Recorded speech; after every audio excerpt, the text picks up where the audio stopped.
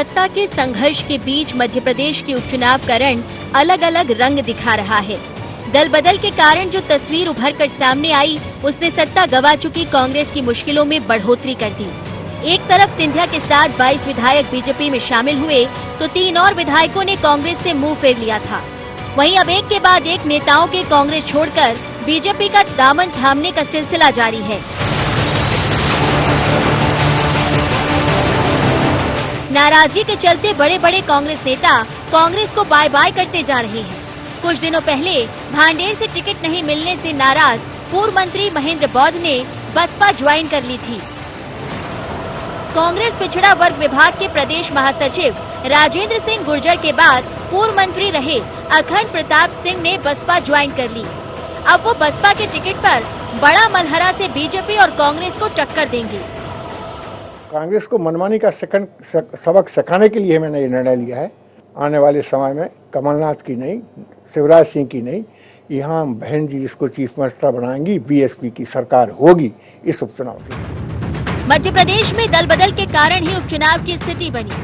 फिर भी कांग्रेस नेता उपचुनाव में मजबूती का दावा कर रहे हैं। वहीं बीजेपी नेता खाली होती जा रही कांग्रेस पर चुटकी लेने से नहीं चूक रहे। लोगों का इतिहास देखा जाए तो ये लोग पहले से ही दूसरी पार्टियों में रहे हैं और समय समय पर जब चुनाव आते हैं तब ये अपने हिसाब से दल परिवर्तित करते हैं। निश्चित रूप से उनके जाने से ना तो पार्टी को फर्क पड़ता है, क्योंकि इतिहास उनका बताता है कि जब भी उनको कोई अवसर की तलाश में घूमते रहते हैं। पार्टी को कोई नुकसान नहीं, पार्टी के लिए वो कुछ कर भी नहीं रहते। देखिए, कांग्रेस पार्टी में ना तो कोई परिवार भाव बचा है, ना कभी हुआ करता था। जिस तरीके से आज कैडर व्यवस्था नष्ट हो चुकी है, किसी तरह का कोई कार्यकर्ता सिस्टम रह नहीं गया है। पूरी तरीके से केवल और केवल कागज बात रह गई है और पेज प्रमुख और मंडलम की भारतीय जनता पार्टी की नकल करने का प्रयास करते हैं। हमें लगता है सारा का सारा जो विषय है, इसको देखते हुए निश्चित रूप से आने वाले समय में और भी लोग जहाज छोड़कर जमीन पर समुद्र में कूद जाएं। कांग्रेस हो या भाजपा, एक दूसरे को निशाने पर ले जरूर रही है, लेकिन सत्ता के संघर्ष के बीच कांग्रेस की मुश्किलें बढ़ती नजर भी आ रही हैं। देखना होगा कि दल बदल के बाद जो नेता दूसरे दलों को जिताने के लिए पूरी कोशिश कर रहे हैं, उसमें कांग्रेस की मुश्किलें कितनी बढ़ती हैं। News desk IND 24।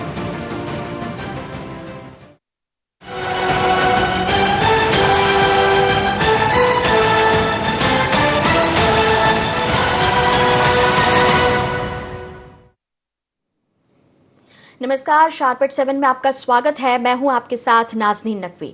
तो लगातार दल बदल का जो सिलसिला है वो मध्य प्रदेश में उपचुनाव के पहले नजर आ रहा है। एक दूसरे को पटखनी देने के लिए भी लोग दल बदल रहे हैं बार बार कांग्रेस के लिए, लेकिन ये मुश्किलें बढ़ाता हुआ नजर आ रहा है, क्योंकि कांग्रेस जहां सत्ता से बेदखल हो गई, वहीं उसके अपने भी उसे लगातार छोड़कर जा रहे हैं। ऐसे में कैसे कांग्रेस 28 सीटों पर जीत हासिल करेगी और जो मजबूत जिन्हें बताया जा रहा है, जो उनके साथ खड़े हुए हैं, क्या वो भी भविष्य में कांग्रेस का साथ देंगे?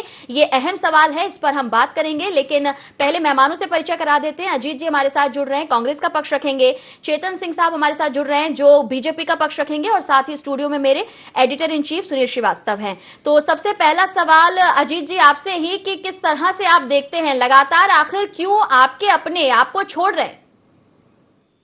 देखिए नाज़नीन जी, जिनको जाना था वो चले गए हैं। अब जो छोटे मोटे और जो स्वार्थों से रुके थे, कई लोग आशा से रुके थे कि कांग्रेस से टिकट मिल जाएगा, परंतु वो सर्वे की श्रेणी में नहीं आ पाए, स्वार्थ बस रुके थे, वो चले जा रहे हैं। कोई अब फर्क नहीं पड़ता। मैं तो और अपील करता हूँ कि जिसको और जाना है वो अभी भी चला जाए। स्वतंत्र दरवाजे खुले हैं कांग्रेस के, जाना हो चला जाए। तो सरकार ही चली गई तो अब कौन जाएगा। परंतु एक चीज आपके माध्यम से बता दूंगा कि मध्य प्रदेश की 28 सीटों में इन लोगों को करारा जवाब मिलने वाला है, जिन्होंने लोकतंत्र की हत्या वोटों से चुनी हुई सरकार के नोटों के माध्यम से की है। तो इनको 28 सीटों में बहुत करारा जवाब मिलने वाला है। ये आप आने वाले समय में देख लीजिए। देखिए, ये पहली बार आप नहीं कह रहे हैं। आप जो कह रहे हैं कि जिसे जाना है छोड़कर चला जाए, ऐसा पहले भी किया गया था और कहा गया था आपके जो दिग्गज नेता है उनकी तरफ से। तो ऐसा तो नहीं कि आपका ऐसा कहना आपको नुकसान पहुंचा रहा है? कोई नुकसान नहीं पहुंचा रहा। नुकसान तो अब नाज़नीन जी ये बताइए ना, जैसे सरकार ही चली गई, इससे बड़ा नुकसान क्या होगा? परंतु जनमानस तैयार बैठा है इनको जवाब देने के लिए। ये और मैं आपके माध्यम से कह दूं, जो लोग रुकने थे, अखंड प्रताप सिंह जी का इतिहास सबको मालूम है, किन पार्टियों में जाते रहे हैं, कैसा कैसा करते रहे हैं, तो वो अस्थिर मानसिकता के हैं, उनको अस्थिर मन रहता है अखंड प्रताप सिंह जी का। ठीक है, और जगह घूमे आए बेचारे, जहां उनको कहीं भटकाव को, उनको उनके मन को जहां शांति मिले वहीं रुके जाके, तो कहीं कोई दिक्कत वाली बात नहीं है। मैं तो कह रहा हूँ जिसको और जाना है चला जाए, परंतु ये भी बात सत्य कह रहे हैं और थोड़ा हम इसे समझने की कोशिश करेंगे। सुनील जी, अगर देखा जाए 2018 में भी बहुत से ऐसे दिग्गज नेता थे जो बीजेपी में थे, और जब वो कांग्रेस में शामिल हुए थे तो ये कहा गया था कि उन्हें वहां पर माकूल जो जगह मिलनी चाहिए थी, जो उनका सम्मान होना चाहिए था, जिसके वो हकदार थे, वो उन्हें वहां नहीं मिल रहा था। लेकिन अब जब बार बार ये कहा जाए कि सत्ता ही चली गई तो जिसे जाना है वो चले जाए, ऐसे में कमबैक की बात करती है कांग्रेस, कैसे देखते हैं? देखिए नाज़नीन, अगर बात करें तो जब कांग्रेस की सरकार बनी थी तो कई ऐसे चेहरे थे जो भाजपा में थे या दूसरे दलों में थे, उन्होंने कांग्रेस में वापसी की थी। कई नाम हैं, कई बड़े नाम हैं, पूर्व मंत्री भी रहे हैं कई, उनने वापसी की थी। लेकिन अब जब सरकार नहीं है तो, क्योंकि अगर बात करें हम कई चेहरे, क्योंकि अगर जब ज्योतिरादित्य सिंधिया जैसा चेहरा और उसके साथ लगभग 25 विधायक चले गए, और उसके बाद फिर पूर्व मंत्रियों की तो गिनती नहीं, क्योंकि उनके पीछे भी कारण है। महेंद्र बौद्ध की बात करें तो उनको भांडर से टिकट नहीं दिया गया, फूल सिंह बरैया को मैदान में उतार दिया गया, नाराजगी थी, इसलिए टिकट के चलते सिर्फ उन्होंने कांग्रेस बीएसपी का दामन थामा। अगर अखंड प्रताप सिंह की बात करें तो 2003 में पहली बार मंत्री बने थे उमाजी की सरकार में। हालांकि जब मुकाबला हुआ तो टीकमगढ़, हालांकि उन्होंने जनशक्ति नहीं ज्वाइन की थी, लेकिन बीजेपी में ही बने रहे। और उसके बाद अगर हम बात करें नाज़नीन, तो फिर अखंड यादव कांग्रेस में आए, और कांग्रेस के बाद फिर अखंड यादव ने आज बीएसपी ज्वाइन की, और कुछ ही देर बाद बीएसपी ज्वाइन करने के कुछ ही देर बाद वो बड़ा मलहरा से कैंडिडेट डिक्लेयर भी हो गए बीएसपी के। तो कुल मिलाकर कई ऐसे भी चेहरे होते हैं जिनको पार्टी से कोई लेना देना नहीं होता, जिनको सिर्फ अपने टिकट की चिंता होती है। चाहे प्रेमचंद गुड्डू भी इसका एक उदाहरण है कि जिनको पिछले चुनाव में टिकट नहीं मिला जिनके बेटे को, तो फिर उन्होंने जिस प्रकार से सभी ने देखा, और अब जब बीजेपी में उनके टिकट की उम्मीद नहीं थी क्योंकि तुलसी सिलावट पहुंच गए, तो फिर वो कांग्रेस में यानी कुछ लोगों के लिए ये कहा जा सकता है सुनील जी कि राजनीति जनसेवा की भावना नहीं बल्कि अपनी महत्वाकांक्षा से ज्यादा जुड़ी हुई होती है, और उसी का ये नतीजा है जिस तरीके से दल बदल दिखाई दे रहा है। बिल्कुल नाज़नीन, क्योंकि कई लोग सिर्फ इसी कारण से दल बदल करते हैं कि उनकी पहली प्रायोरिटी ही टिकट होता है कि टिकट मिलेगी तो ही हम आपके राजनीतिक दल में को ज्वाइन करेंगे। और इस प्रकार की बीएसपी की अगर हम बात करें तो बीएसपी के कई ऐसे चेहरे हैं कि एक बीएसपी का ये माना जाता है कि वोट बैंक है, और दूसरा क्योंकि बड़ा मलहरा सीट की बात हुई है, वहां पर पिछड़ा वर्ग का ही व्यक्ति चुनाव जीत सकता है, जिस प्रकार की स्थिति है। तो बीएसपी ने एक दाव खेला है कि यादव चेहरा है, पूर्व मंत्री हैं, तो शायद अखंड यादव के भरोसे, क्योंकि 2 सीटें हैं बीएसपी की मध्य प्रदेश में, महेंद्र बौद्ध और अखंड यादव 2 अच्छे चेहरे मिले हैं बीएसपी को उम्मीदवार के तौर पर, तो बीएसपी को भी लग रहा है कि शायद उनके भरोसे और जीत का दावा भी करते नजर आए हैं। पार्टी बदली है, साथ ही टिकट भी मिल गया और जीत की भी बात कह रहे हैं। चेतन साहब कैसे देखते हैं, क्योंकि अगर यहाँ पर वोट बैंक की बात की जाए, कांग्रेस तो जीत की बात कह रही है, लेकिन अलग अलग दल जो उतर रहे हैं इस चुनावी मैदान में वो भी अपनी जीत की बात कह रहे हैं। ऐसे में वोट प्रतिशत को लेकर आप कैसे देखते हैं? देखिए, कांग्रेस के दावे और हकीकत दोनों में जमीन और आसमान का अंतर होता है। मैं तो अपने राजनीतिक जीवन में पहली बार मध्य प्रदेश के इतिहास में देख रहा हूं कि भले ही लंगड़ी लूली वेंटिलेटर की सरकार हो, पर सरकारों ने अपना कार्यकाल पूरा किया। यहाँ तो अच्छी खासी सरकार, जो ये सोते सोते इनके हाथों से सरकार चली गई, जिनको अपने घर पर भरोसा नहीं, वो कहते हैं प्रदेश और प्रदेश की जनता पर भरोसा कर ले, तो मुझे लगता है ये मुंगेरी लाल के हसीन सपने देखते हैं। इनको ये सारी बातें कहने से पहले थोड़ा बहुत तो शर्म महसूस होना चाहिए कि दोस्त, तुमको तुम्हारे घर के लोग तुम पर भरोसा करने को तैयार नहीं है, तुम मध्य प्रदेश की जनता से उम्मीद करने की बात करते हो। जहां तक रही वोट बैंक की राजनीति, देखिए Bharatiya Janata party vote bank की राजनीति न तो कभी करती थी न भविष्य में करने वाली। हम सबका साथ, सबका विकास और सबका विश्वास, सबको लेकर के साथ चलकर के कोशिश है। भारतीय जनता पार्टी विकास के एजेंडे पर काम करती है। भारतीय जनता पार्टी किसान, गरीब, मजदूर, शोषित पीड़ित दलित के उत्थान के लिए काम करती है। हम लोगों के जीवन में नवाचार लाना चाहते हैं, हम लोगों के जीवन में उजियारा लाना चाहते हैं। ये लोगों के जीवन में अंधेरा लाने वाले लोग थे। तो आप अपनी पार्टी की बात कह रहे हैं, जो आपकी पार्टी की लाइन है आप उसको यहाँ पर हमारे सामने रख रहे हैं, लेकिन कांग्रेस तो बार बार आपकी पार्टी के लिए प्रचार कर रही है कि आपने जानबूझकर चलती सरकार गिरा दी और लगातार गद्दार की बात लेकर वो जनता के बीच जा रहे हैं और बार बार जैसा शुरुआत में अभी अजीत जी ने कहा कि और जिन्हें जाना है वो चले जाएं, तो क्या आपको लगता है कि ऐसे में जो खालिज बचेंगे कांग्रेस के वो मिलकर अगर कोशिश करें तो आपको पटखनी दे पाएंगे? नाज़रीन जी, पहले मैं आपके माध्यम से इनसे पूछना चाहता हूं कि जो जाना चाहते हैं, मतलब आपको आपके घर के लोगों पर भरोसा नहीं है? आपके पार्टी छोड़ने वाले लोगों के बारे में आपने जिन शब्दों का प्रयोग किया, हमने तो नहीं कहा कि भारतीय जनता पार्टी के 13 लोगों को आपने इस उपचुनाव में प्रत्याशी बनाया है। हमारे यहाँ इतनी तो लोक लाज और मर्यादा है, इसका पालन करते हैं। पानी दरिया में हो या आंखों में गहराई और राज दोनों में होते हैं। ये अलग बात है कि तुम दिन को दिन न कहो, रात को रात न कहो, तो ये आपकी अपनी समझ हो सकती है, लेकिन भारतीय जनता पार्टी का कांग्रेस के इस प्रचलन से और कहने और दावे से कोई लेना देना नहीं है।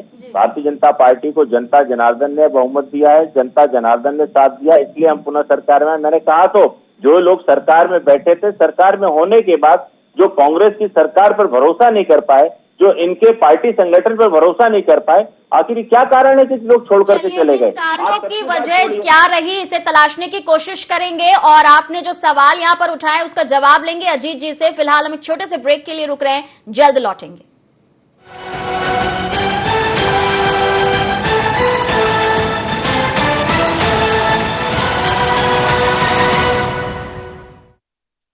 बाबा इलायची को जैसे चखा तो लगा कि लाइफ के हर टेस्ट में होना चाहिए प्लेजर।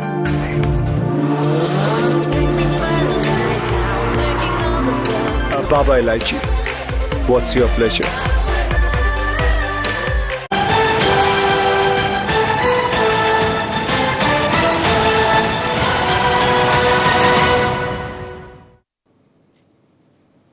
ब्रेक के बाद एक बार फिर से स्वागत है। रुख करेंगे अजीत जी की तरफ, कांग्रेस का पक्ष रखने के लिए हमारे साथ बने हुए हैं। अजीत साहब, क्या कहना चाहेंगे? बार बार ये कहा जा रहा है कि आपके लोग ना तो आप पर विश्वास करते हैं और उनके जाने के बाद आप जिस तरह की टीका टिप्पणी करते हैं, इससे आपकी पार्टी को नुकसान हो रहा है।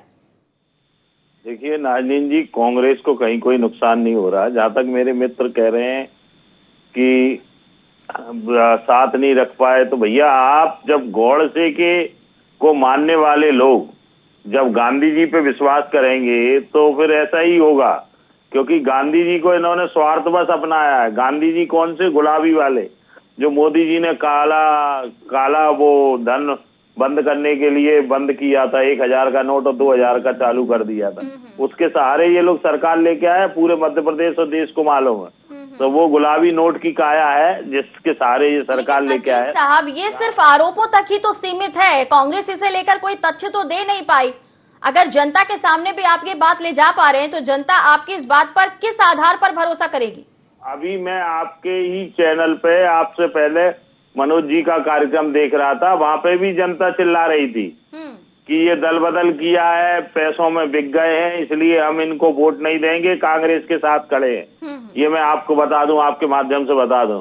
और जहां तक मेरे मित्र कह रहे हैं, तो मेरे भारतीय जनता पार्टी और पूरी से बहुत विनम्र आग्रह है कि भाई लोगों, आप जिन लोगों को कांग्रेस से ले जा रहे हो उनको कम से कम थोड़ा बहुत तो मान सम्मान दो, क्योंकि वो तो गला फाड़ फाड़ के चिल्ला रहे कि हमें 15 महीने में मान सम्मान नहीं मिला। भले ही उनको जिंदगी निकल गई कांग्रेस में पद से नवाजते हुए, कांग्रेस ने हमेशा उनको पद से नवाजा, परंतु वो पिछले 6 महीने में अपनी गद्दारी को छुपाने के लिए गला फाड़ फाड़ के चिल्ला रहे हैं कि हमें मान सम्मान नहीं मिला। तो अब भारतीय जनता पार्टी में भाई थोड़ा बहुत तो मान सम्मान दे दो। अजीत जी देखिए, ये मान सम्मान की बात, खरीद फरोख्त की बात, गद्दारी की बात, जो कुछ बातें की जा रही हैं दोनों ही दलों की तरफ से, इसमें जनता के मुद्दों का क्या?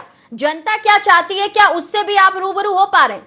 बिल्कुल, जनता के एक एक मुद्दा जनता तैयार बैठी है। जहां तक मान सम्मान की बात है, वो रथ इन लोगों ने रवाना की है, उससे हमारे जो कांग्रेस पार्टी में महाराजा थे और इनके यहाँ ज्योतिरादित्य हो गए जाके, उनका फोटो ही गायब कर दिया। अरे भैया, ज्योतिरादित्य रखना है तो रखे रहो, कम से कम फोटो तो लगा दो।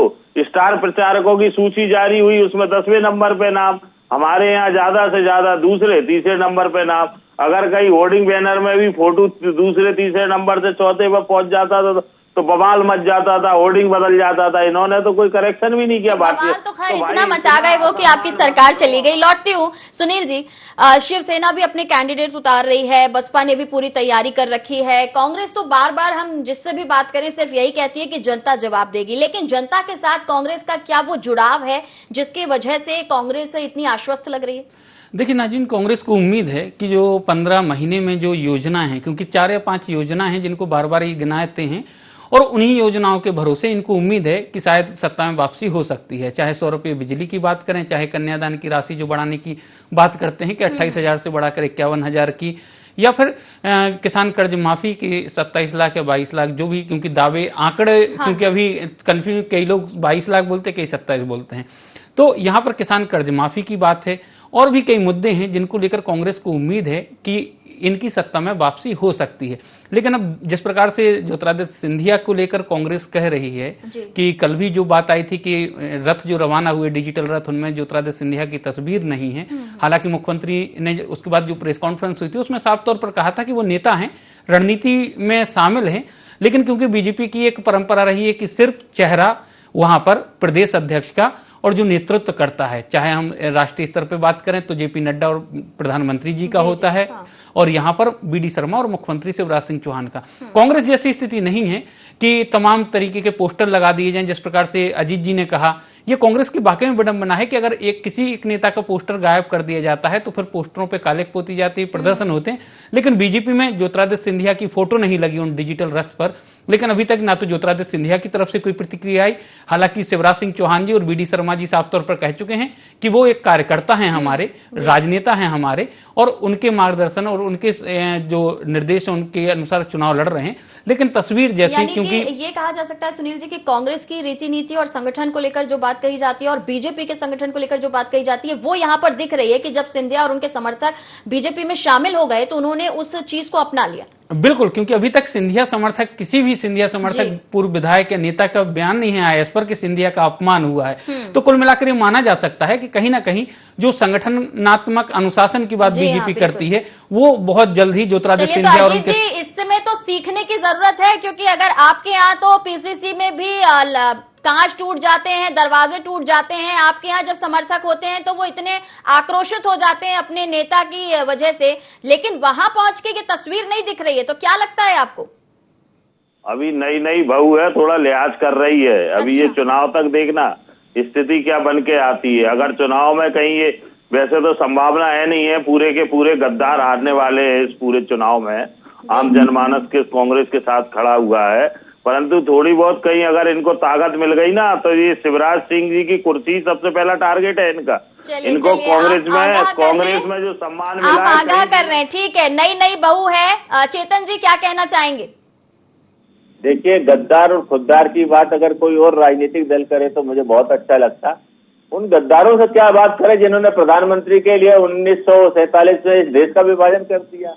तो गद्दार और खुददार कौन है, ये तो राजमाता के इतिहास से जाकर के पूछा जाए तो मुझे लगता है ज्यादा बेहतर होगा। और मुझे लगता है कि किसी भी स्तर पे, चाहे आप हो चाहे मैं हूँ, इतने बड़े व्यक्तित्व को लेकर के हमको इस प्रकार की टिप्पणियों से बचना चाहिए। मुद्दों पर बात करिए ना। आपकी 1.5 साल की सरकार थी, आपने क्या किया? किसानों को कर्ज माफी के नाम पर छलने का काम किया, युवाओं को आपने बेरोजगारी भत्ता देने के नाम पर उनके सपनों का चीरहरण करने का काम किया। 51,000 रुपए आपने कन्यादान योजना राशि की राशि बढ़ाई, उसका हमने वेलकम किया। राशि खाते में आई कहाँ है? बता तो दो कि किसके खाते में आई। लाडली लक्ष्मी योजना आपने उठा करके बंद कर दी। इस मध्य प्रदेश की ऐसी कलंकनाथ की सरकार जिसने मध्य प्रदेश की मेरी बिटियाओं के लैपटॉप देना भूल गई, उनके स्मार्टफोन खा करके चली गई, और तो और मध्याह्न भोजन का जो बजट था उस बजट से भी रिश्वत लेने का काम, उसका ऑडियो वीडियो सब तो वायरल हुआ है।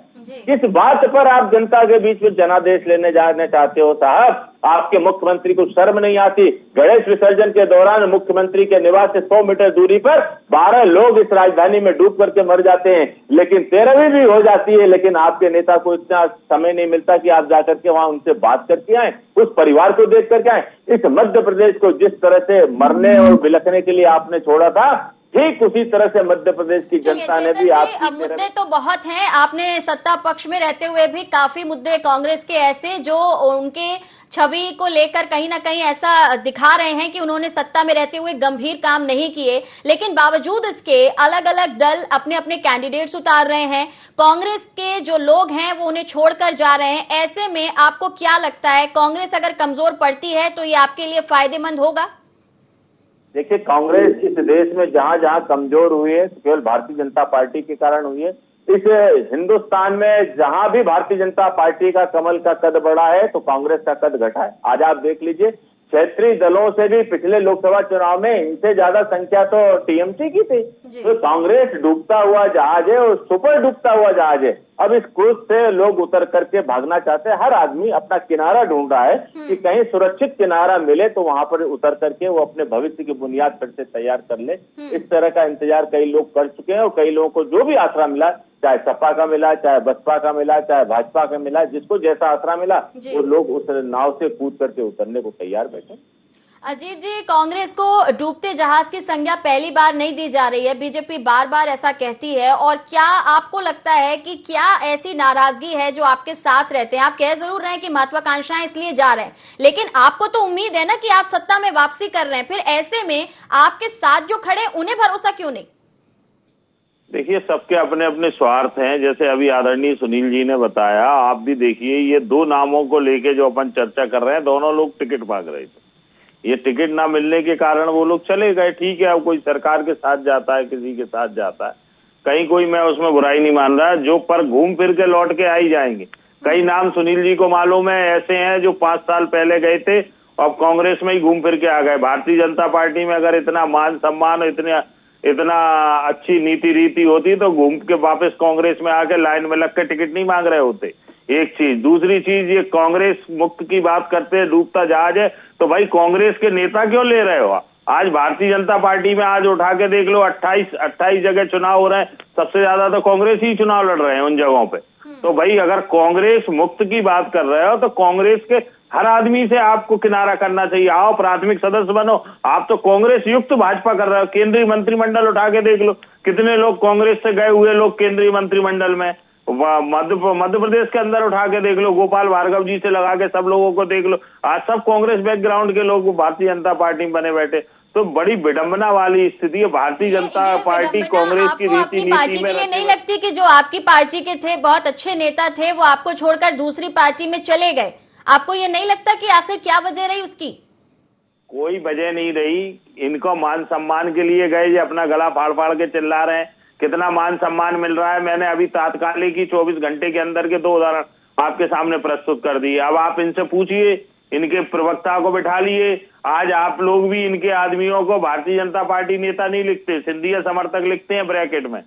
मीडिया भी आजकल इन लोगों को सिंधिया समर्थक लिखती है। तो जब मीडिया ही एक्सेप्ट नहीं कर पा रही इनको भारतीय जनता पार्टी का नेता, तो आम जनमानस क्या करेगा? अभी भी इनके ब्रैकेट में सुनील जी की तरफ रुख करना चाहूंगी। हर सवाल का जवाब जो है वो कुछ अलग ढंग से अजीत जी दे रहे हैं। जब पूछा ये जा रहा है कि आपके ही अगर नेता थे, बहुत अच्छे थे, बहुत टैलेंटेड थे, तो पार्टी क्यों छोड़ दी?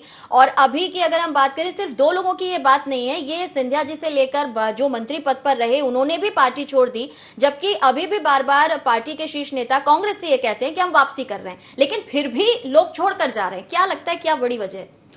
देखिए, बड़ी वजह नाज़रीन वही है, क्योंकि अगर हम बात करें जिस प्रकार से ज्योतिरादित्य सिंधिया ने जिन मुद्दों को लेकर कांग्रेस छोड़ी है, अगर वाकई में उन मुद्दों को जिस प्रकार से अगर बीजेपी सरकार में थी 6 महीने में चाहते ज्योतिरादित्य सिंधिया, तो उन मुद्दों को लेकर 1 या 2 बार सवाल उठा सकते थे या फिर बात कर सकते थे। लेकिन क्योंकि यहाँ पर बड़ा सवाल यही है कि ज्योतिरादित्य सिंधिया उन मुद्दों पर कहीं ना कहीं चुप्पी रही उनकी, इसीलिए सवाल ज्योतिरादित्य सिंधिया पर उठ रहे हैं। अब अगर दल बदल की बात करें तो ऐसा नहीं है कि ज्योतिरादित्य सिंधिया इकलौते नेता हैं जिन्होंने दल बदला है या इतनी बड़ी संख्या में। दोनों तरफ 2003 की अगर बात करें हम, 2004 में उमा जी ने भी बीजेपी छोड़ दी थी, अलग पार्टी बना ली थी, हालांकि घूम फिर के फिर वो बीजेपी में वापस आ गई। चाहे प्रहलाद पटेल हो, रघुनंदन शर्मा हो, उमा भारती हो, बहुत सारे ऐसे नेता हैं और विधायक हैं, पूर्व सांसद हैं जो उमा भारती के साथ गए थे। लेकिन सवाल यहाँ यही है कि महत्वाकांक्षा, पार्टी का मुद्दा, जनता के मुद्दे उन अपनी महत्वाकांक्षाओं पर बड़े हो जाते हैं, भारी हो जाते हैं, और ऐसे ही महत्वाकांक्षाओं के चलते इस प्रकार के राजनेता दल बदलते हैं या दल छोड़ देते हैं। अब कुछ दिन में अगर मान लीजिए कांग्रेस वापसी करती है या कांग्रेस नहीं करती है, तो ये मानिए अगर बीजेपी सत्ता में रहती है तो कई कांग्रेस के और नेता क्योंकि कई विधायकों को मैं भी जानता हूं नाज़रीन, जो अभी भी दल बदल करने के लिए तैयार हैं। अगर कांग्रेस के नेता, अगर बीजेपी की सरकार बनी रहती है और इन 28 उपचुनाव में बीजेपी जीतती है, तो ये मान के चलिए 4 से 5 5 और कांग्रेस के विधायक हैं जो बीजेपी का दामन थामेंगे। सुनील जी, ये कहा जा सकता है कि जो पार्टियां हैं, सियासी दल हैं, वो और जो जनप्रतिनिधि हैं या नेता हैं, वो अपनी सुविधा के हिसाब से पार्टियां बदल लेते हैं और छोड़ के जाने के बाद भी जो दूसरे दल हैं वो उन्हें एक्सेप्ट कर लेते हैं। लेकिन ऐसे में तय जनता को करना चाहिए कि कौन सा जनप्रतिनिधि उनके मुद्दों पर बात करेगा। जनप्रतिनिधियों की नाज़रीन बात करें, वो अपनी सुविधा के अनुसार और अपने भविष्य को लेकर, क्योंकि अखंड प्रताप सिंह जब कांग्रेस में ज्वाइन हुए थे उनको लग रहा था, बहुत उम्मीदें थी उनको, हालांकि उन्होंने टिकट भी मांगा, उन्होंने पृथ्वीपुर से टिकट मांगा था, उन्होंने निवाड़ी से भी दावेदारी की थी पिछली बार, उन्होंने टीकमगढ़ से भी दावेदारी की थी, लेकिन उनको टिकट कांग्रेस ने नहीं दिया। तो स्वाभाविक सी बात है कि जब उस समय उनको टिकट नहीं मिला तो उपचुनाव में तो टिकट मिलने की संभावना ही नहीं थी। रामसिया को घोषित कर दिया था कांग्रेस ने। तो ऐसे में जब टिकट मिलने की उम्मीद नहीं है, पार्टी में कोई बड़ा पद या फिर सक्रिय राजनीति करने का मौका ना हो, तो राजनेता यही करते हैं। ये भी कहा जा सकता है कि इस उपचुनाव में भी कई नेता ऐसे हैं जो महत्वाकांक्षा तलाश रहे हैं। तीनों का बहुत शुक्रिया हमारे साथ जुड़ने के लिए। तो हाथ से साथ छूट जरूर रहा है, लेकिन कांग्रेस को भरोसा है कि जीत उसके खाते में जाएगी। लेकिन देखना यहाँ पर यह भी होगा कि क्या जनता ऐसे जनप्रतिनिधियों को फिर मौका देगी जो सिर्फ अपनी इच्छाओं के लिए चुनाव लड़ रहे हैं और जनता के मुद्दों से सरोकार नहीं रख रहे हैं। शार्प 7 में इतना ही। दीजिए इजाजत, नमस्कार।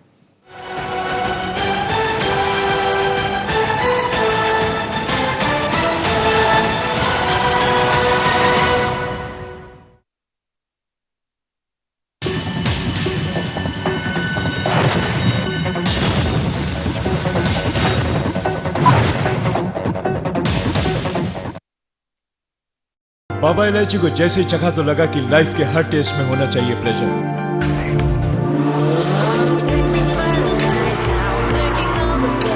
बाबा इलायची, व्हाट्स योर प्लेजर?